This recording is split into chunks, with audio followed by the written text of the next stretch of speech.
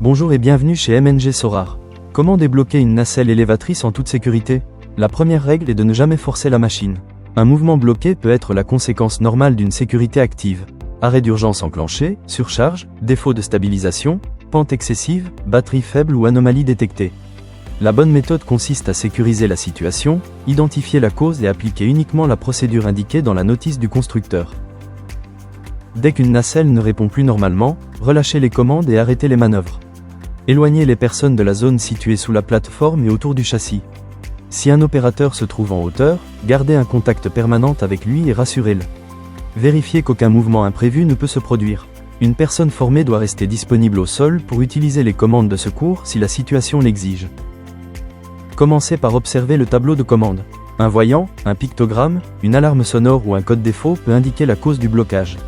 Vérifiez notamment les arrêts d'urgence du panier et du châssis, la fermeture du portillon, la charge présente dans la plateforme, l'état de la batterie, l'inclinaison du terrain et, selon la machine, la position des stabilisateurs.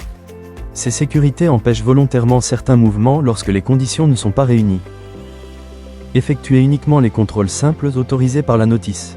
Vérifiez que les accès sont fermés, que la nacelle repose sur un sol stable, que les stabilisateurs sont correctement positionnés et que l'alimentation est suffisante. Retirez un obstacle seulement si l'opération ne présente aucun risque et si la machine est immobilisée. N'ouvrez pas les capots, ne touchez pas aux circuits hydrauliques ou électriques et ne démontez aucun capteur sans être qualifié pour cette intervention. Certaines nacelles peuvent être réinitialisées par une séquence précise.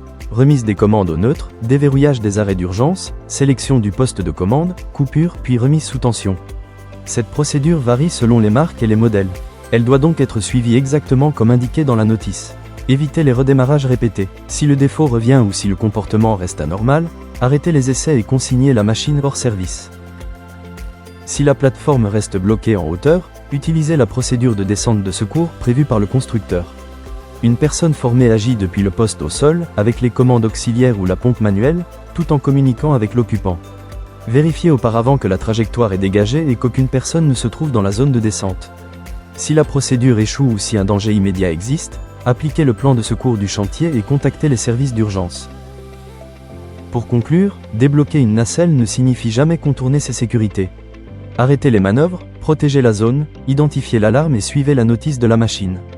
Utilisez les commandes de secours uniquement pour la situation prévue et avec du personnel formé. Si le défaut persiste, étiquetez la nacelle hors service et faites intervenir un technicien qualifié avant toute nouvelle utilisation.